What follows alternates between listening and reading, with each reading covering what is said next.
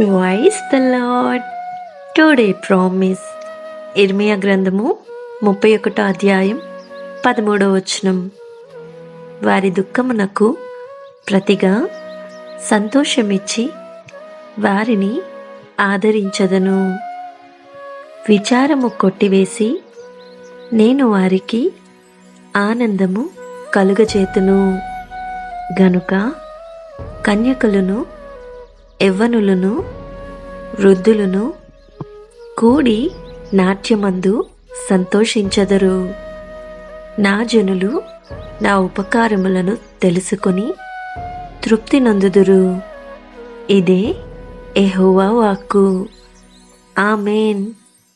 ఈ వాగ్దానం మన జీవితాలలో దేవుడు నెరవేర్చునుగాక. God bless you. Presented by Young Holy Team.